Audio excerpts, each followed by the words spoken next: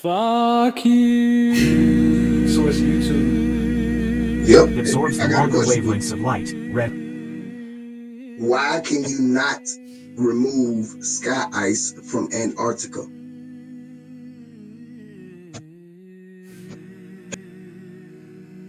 You know they have no method to keep this ice from melting. Think about all the technology shit they got, but they have no method to take that ice from that place. With all their freezers, nitrogen, liquid nitrogen, all this, they cannot remove it. And the problem is that it don't even melt into liquid. It just disappears. I was just trying to see what it said, because it said not in large amounts, so I just asked it, what about small amounts? You can't remove no amount.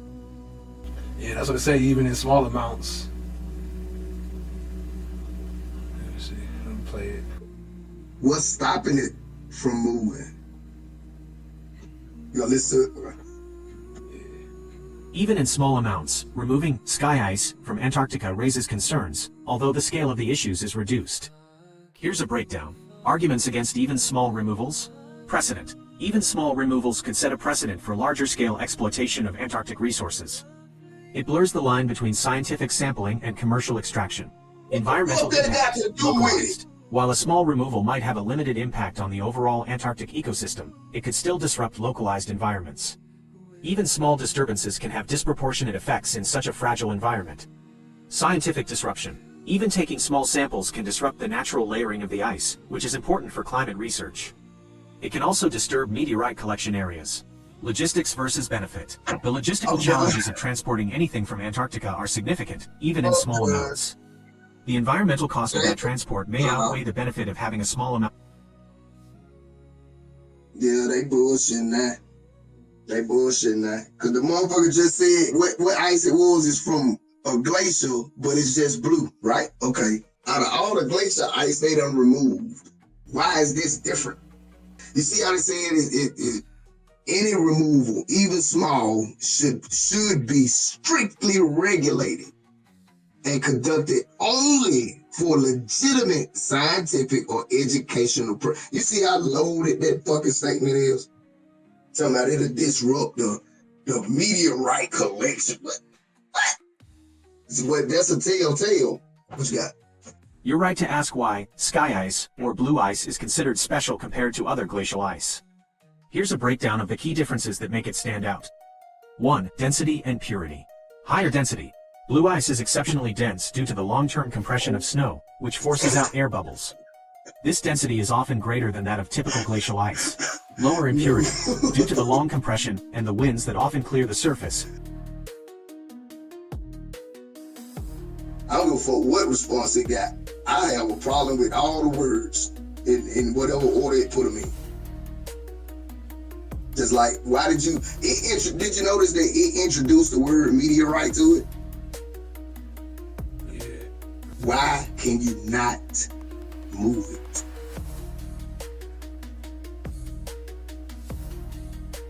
Think about it. These are the same people that can tell us the temperature on Venus, the viscosity of the oceans on Europa.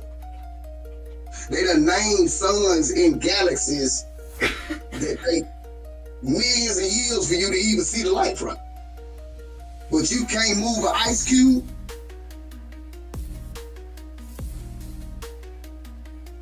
We can't get a cup of ice. I can't get a cup of blue ice. Come on. No blue ice for you. Okay, let's break down why moving even sky ice, or blue ice from Antarctica is so problematic, even though it might seem like a simple task. I'll try to focus on the core issues. 1. It's not like moving ice cubes. Scale. Antarctica isn't just a big ice cube. It's a continent covered in ice sheets that are thousands of feet thick and cover millions of square miles. Even seemingly small areas of blue ice are still enormous compared to anything we normally tell me why you can't take it away from them. The ice is part of a...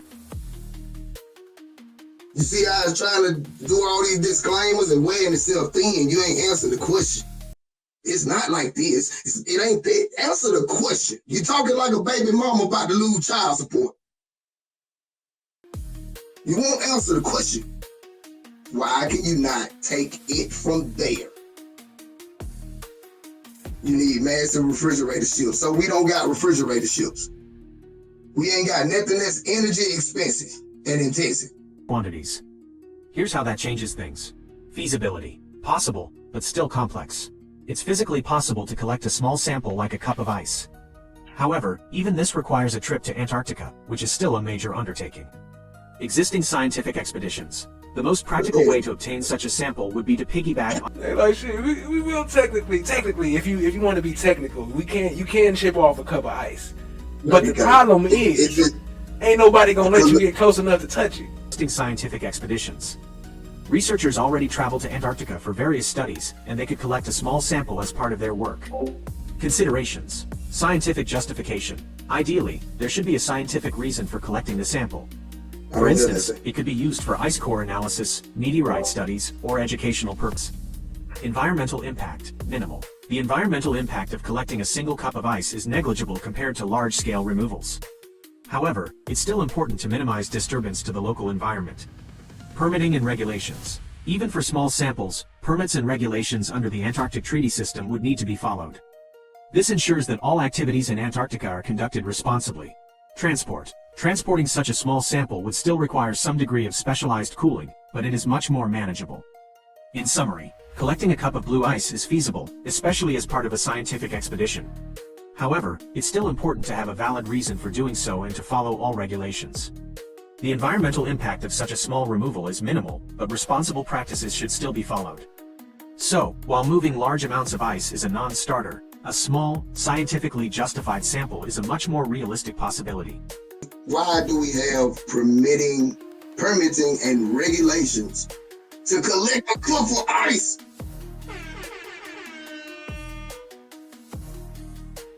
I want a cup of blue ice, and I gotta go through the government, take a trip around the globe, go to the ice wall, go through the Antarctic Treaty System. Then I gotta get some permits, and then they go regulate me for a cup of ice, bro. I didn't say I wanted a typical kind of a cup. What you think is back there? What you think they hiding? I couldn't hear you. Say it again. I said, what you think back there? What you think they hiding? Outer space. Makes sense. I've heard it before. Because think about it.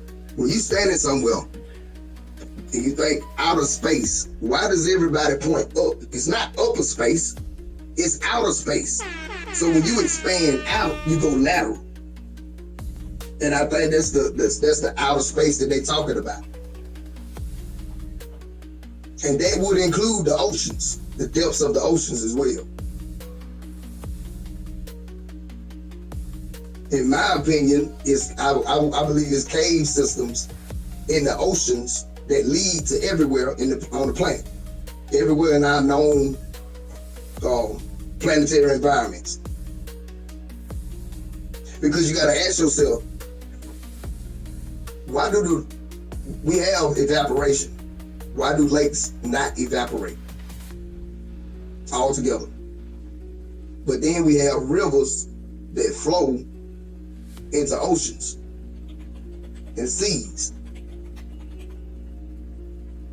So that tell me that it's some connective. They all connected. They all connected. But I want to know, what's so special about this blue ice that is so heavily regulated? I think it's literally a part of the sky. That's why your ass is too close to it. And it's ice, it's solid, so you can't go through it. That's why the rockets, when you look at them, it look like they skating on top of a river or something. They look like river boats or speed boats.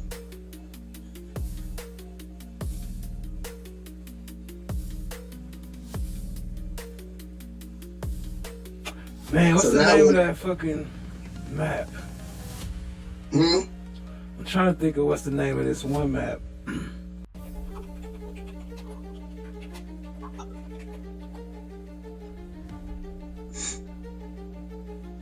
Talking about the UN.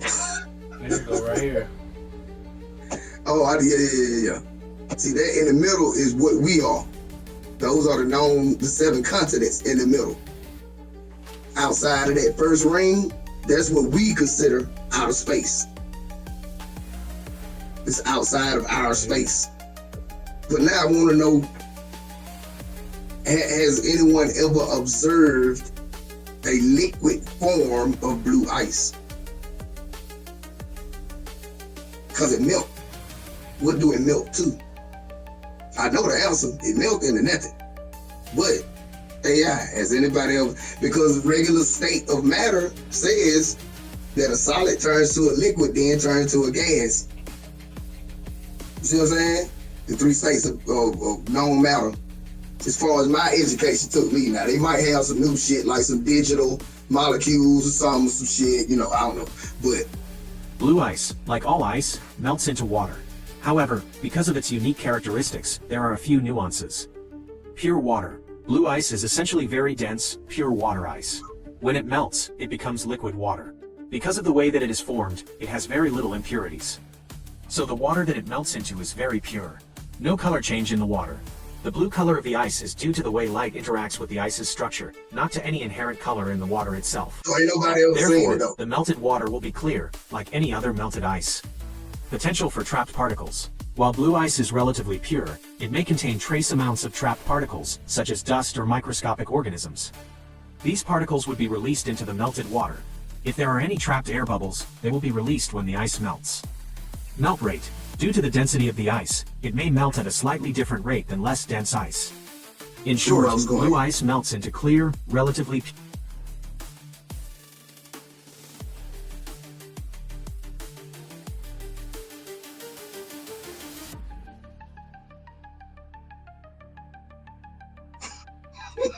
Yeah, it's some photos.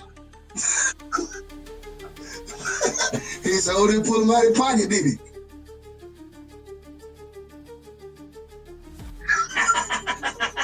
Well, you saw this, buddy. Hold up. Where are your police reports? Where are your police reports? Yes, sir. Let me see. It's easy. So, come on, bro. Get.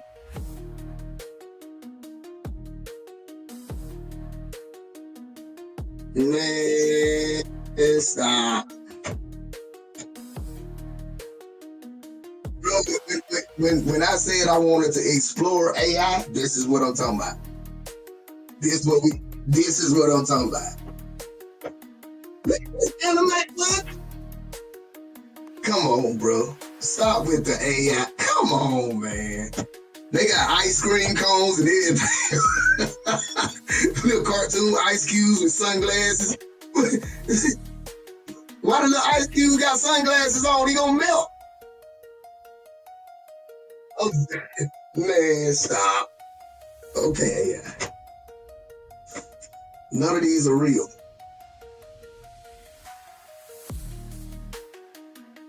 That's just ice with water dropping on it. We looking for sky ice. Wow. But an offshoot, I guess a side note, because the sky ice is a very, very, very intense blue.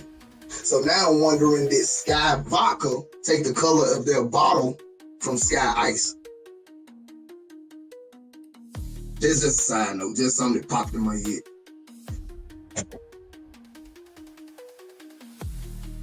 See, sky ice is that dog blue. Sky ice is like the color of the oceans and the sky. That's why it's called sky ice, because it's that rich, rich blue sky color. Not that turquoise looking shit, not that green marine. It's that vivid blue. Look to your left, hold on. Go back up. You see that one right there on the left? Stop right there. Far left. Left. Down, right there. See that color? That's the color I'm talking about. You see how it's got the different variations of blue in it, depending on how much light hit it and don't? That's what the sky ice looks like.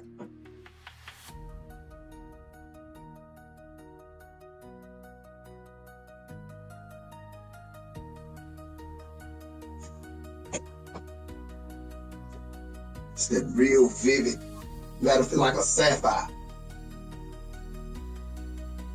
Sapphire? That's how I be. Speak proper English. I'm country. Bump that. What? Come on, bro. This ain't Narnia. What they doing? Then I put the portal to Narnia up here. Pan's Labyrinth or something.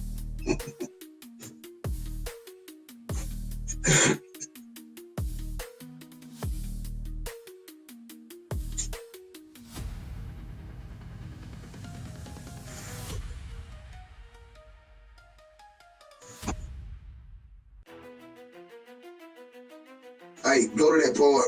Never mind. I was gonna say, look at that part where it say, look at photographers that specialized in something.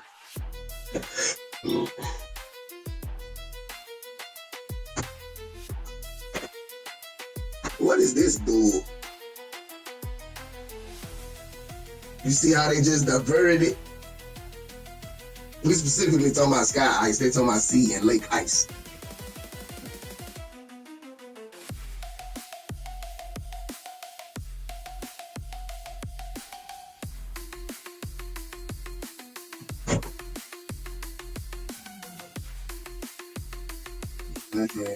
What, that a video game? That's that new video game?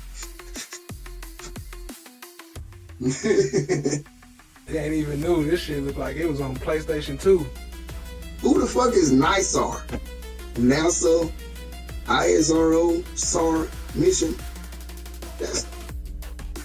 So when it was talking about, oh, well, NASA don't mean deceive in Hebrew, what the hell does this mean and why is it pronounced about the same thing?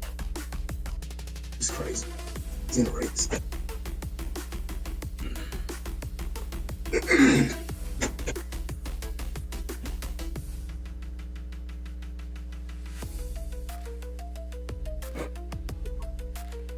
All right, let's see what kind of cartoons they done made. Ooh. Look it up. And that went to space. That went to space.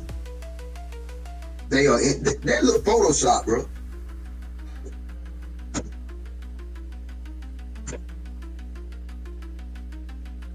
Why all of them standing on the floor? Thought they was in the ground. Where's the space pictures at? Really? I don't care about the people. I don't want to see y'all faces. Nah, that's that programming. It's to make you believe the masses agree with it. Look at all these people here. How can they be lying? Yeah. All these people would not take a check to pose for this picture.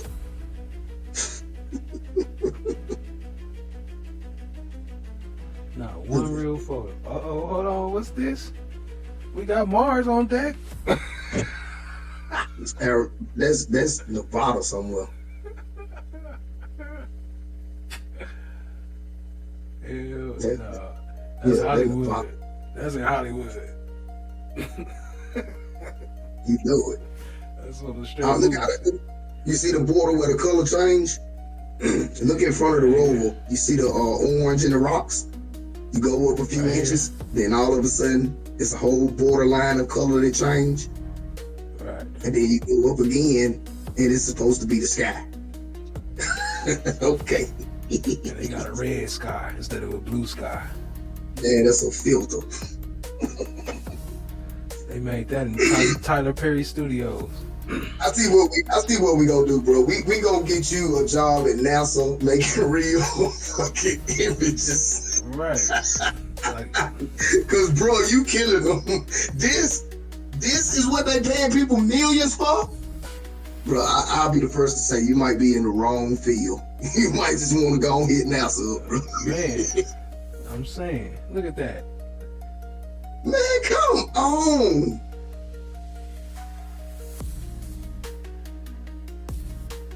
Come on, bro.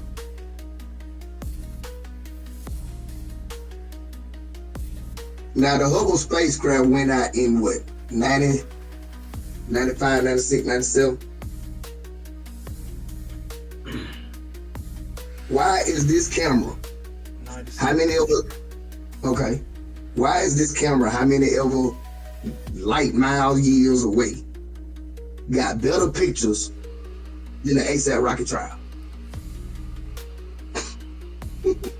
But yet, they still ain't got no pictures of Earth. That's why I asked you, where are the pictures of Earth taken from outer space? Real photos, not animations, not. Here go one. You see that photo? Oh shit! I was going to show you how they be making them, how they make them pictures, for how they say they make them. You scroll down on the left right there, that planet. You see how they got the scripts?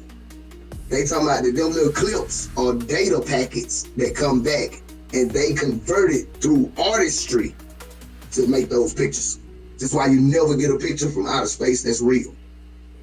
Because remember, space doesn't have color. Yeah. Remember, they said space don't have color. And they said the planet's too big to take a picture of them, so that's why they got to take them in segments like this. So you can't zoom out or zoom in. That's crap. All right.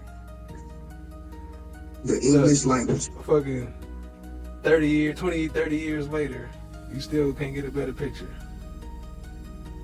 But this picture that you giving me is better than pictures that of today. Of real shit today. Nah. What the hell what is that? Boy, that's the most expensive foil in the world. That's what I cook my hot links in sometimes. Pop it right in the fryer. That's that Roman noodle capsule. They could at least use some smooth foil. Man, I'm talking about old Reynolds wrap, Jack.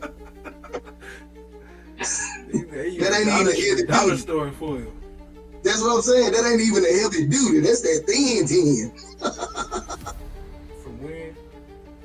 1990. Boy, you try to roll some butter across that motherfucker, it gonna tear up.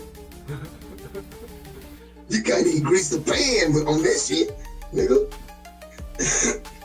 But that, and boy, I wish you'd have clicked on how much that motherfucker costs. How many billions they spent for that? How many billions?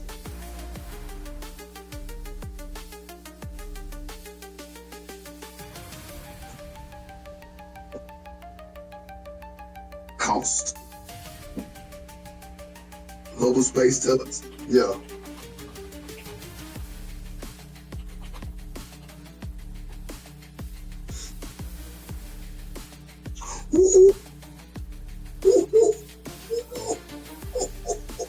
The most expensive fall in history.